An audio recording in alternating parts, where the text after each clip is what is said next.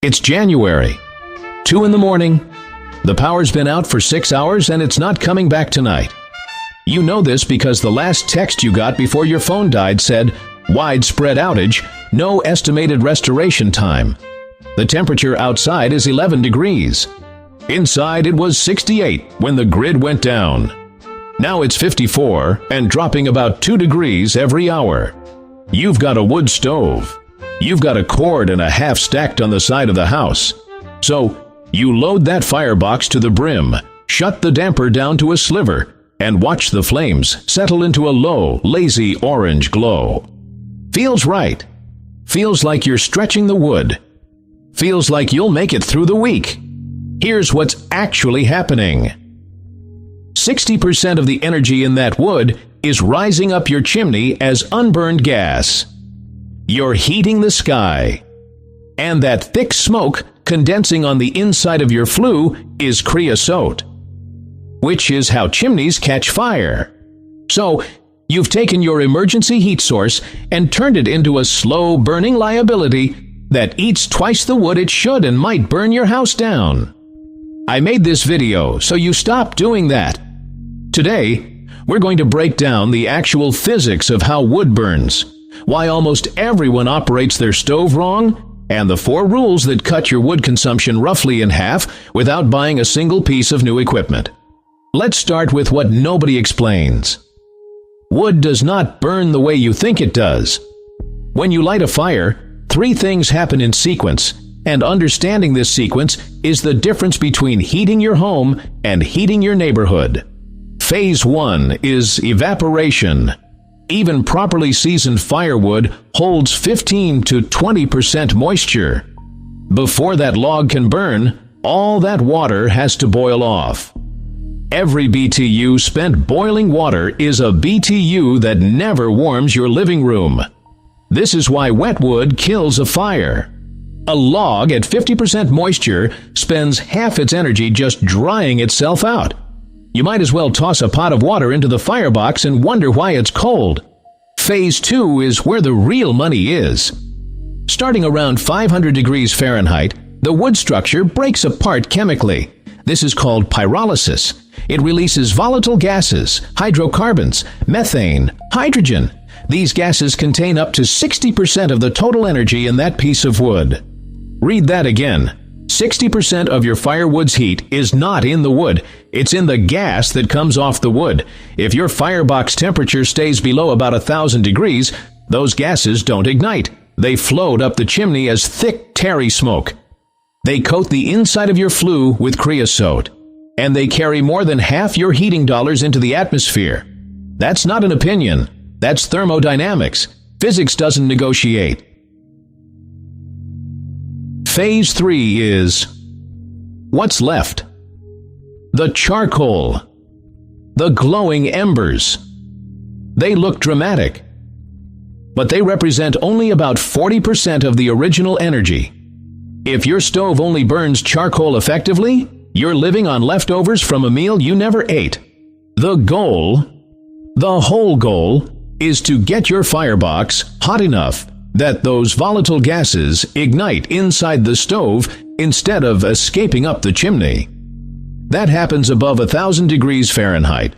You'll see it when it works. The flames change.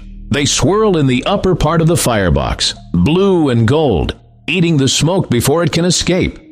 That is secondary combustion. That is where a wood stove becomes an actual heating system instead of a campfire in a metal box. Now here's the part that's going to bother you. Everything you were taught about running a stove is probably backwards. The common wisdom says, load it full, shut the air down, let it burn slow all night. That method was popularized in the 1970s during the energy crisis, when millions of Americans bought stoves for the first time, and the manufacturers sold them on convenience. Load it and leave it. That sales pitch created 2 generations of people who operate stoves like slow cookers. The result is epidemic creosote buildup, house fires that kill about 200 Americans every year, and fuel consumption roughly double what it should be. Your great-grandparents knew better. Before central heating, fire management wasn't an appliance feature.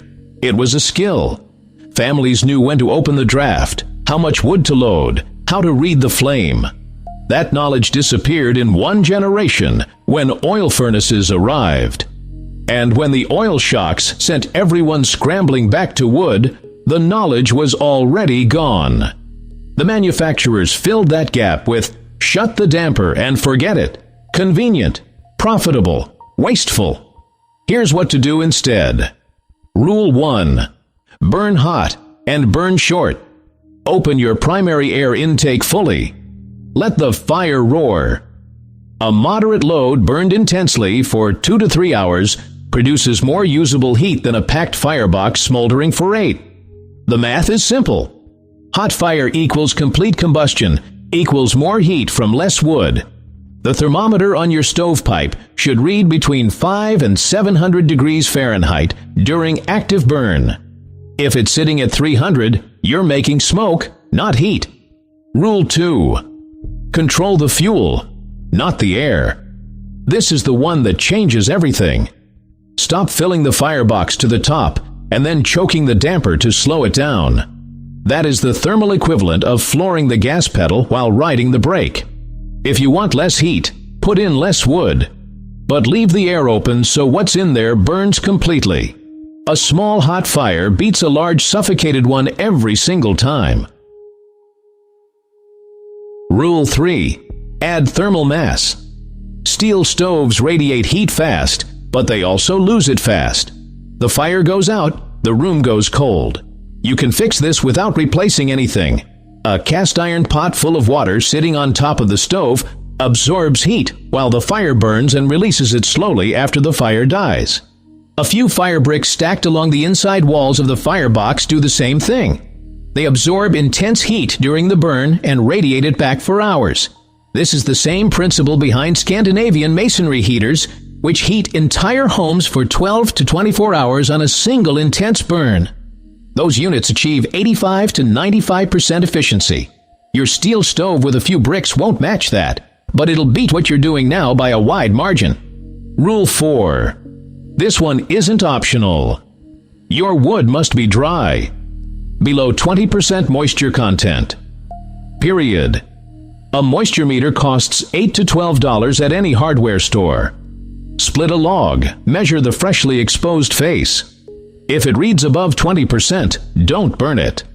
Stack it. Cover the top. Leave the sides open for airflow and wait. Depending on your climate and species, proper seasoning takes 1 to 2 years. Plan ahead. The biggest mistake in wood heating isn't technique. It's burning green wood and wondering why the house is cold and the chimney is full of tar.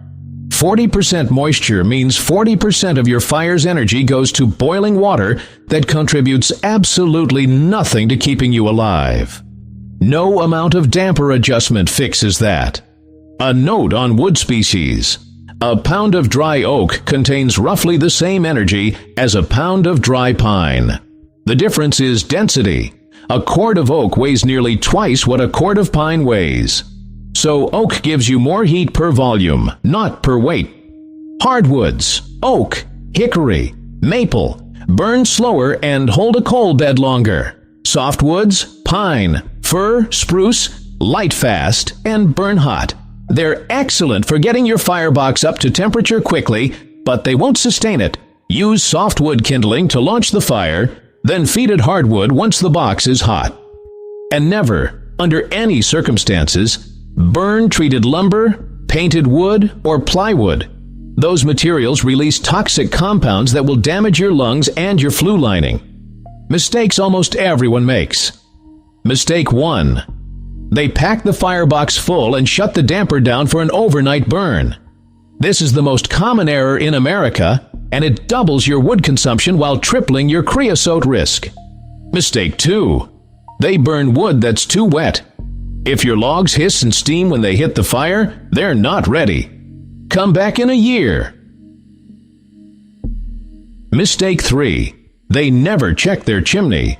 The National Fire Protection Association says wood stove chimneys should be inspected annually. Creosote ignites at as low as 450 degrees. A dirty chimney is not a maintenance issue. It is a structural fire waiting for a calendar date. Mistake 4. They trust the stove thermometer on the body of the unit. That reads surface temperature, not flue gas temperature. A stovepipe thermometer mounted on the first section of pipe above the stove gives you the number that actually matters. $15 to $20. Mistake 5. They close the air supply when they see big flames because they think big flames waste wood. The opposite is true. Big active flames at high temperature mean the gases are burning. Small, lazy orange flames with visible smoke mean the gases are escaping. Your eyes are lying to you. The clean burn looks aggressive. The wasteful burn looks calm. Mistake 6. They ignore the ash. A 1-inch bed of ash insulates the coal bed and helps maintain temperature. More than 2 inches smothers airflow. Clean it down to 1 inch before each burn cycle. What to do right now, today, after this video. 1. Buy a moisture meter and test your current wood pile. If it's above 20%, start sourcing dry wood immediately and stack your green wood to season. 2. Buy a stovepipe thermometer and mount it on the first section of pipe above your stove. Learn what your fire is actually doing instead of guessing. 3. Next time you light a fire, open the air intake fully and load a moderate amount of wood. Watch the difference. Watch the smoke disappear from your chimney. 4. Schedule a chimney inspection if you haven't had one this season. Call tomorrow. Write it on the fridge right now. 5. Put 2 or 3 fire bricks along the floor and rear wall of your firebox. They're $4 each. You'll feel the difference the first night. 6. If you're storing wood outside, make sure the tops of the stacks are covered but the sides are open. Wood dries from airflow, not from sitting under a tarp that traps moisture. 7. Talk to someone in your household about how the stove works. If you're the only person who knows these rules and you're not home when the power goes out, your family is back to guessing. This isn't a hobby. For a lot of you watching this, a wood stove is your backup heating system. For some of you, it's your primary one. Either way, the physics hasn't changed since your grandfather's day. Fire needs air. Gases need heat to ignite. Wet wood wastes energy. None of this is new. What's new is that we forgot it, because someone sold us the idea that convenience and efficiency were the same thing. They're not. They never were. The average American home loses heat at a rate that'll bring the interior below 50 degrees in under 24 hours during a winter blackout. Your stove is the thing standing between your family and a dangerous situation. Knowing how to run it properly isn't optional. It's not a weekend project. It's what a prepared adult does. One more thing, leave a comment and tell me, what's your current moisture meter reading on your firewood? I'm genuinely curious how many of you have ever actually measured it. See you in the next one. Stay ready.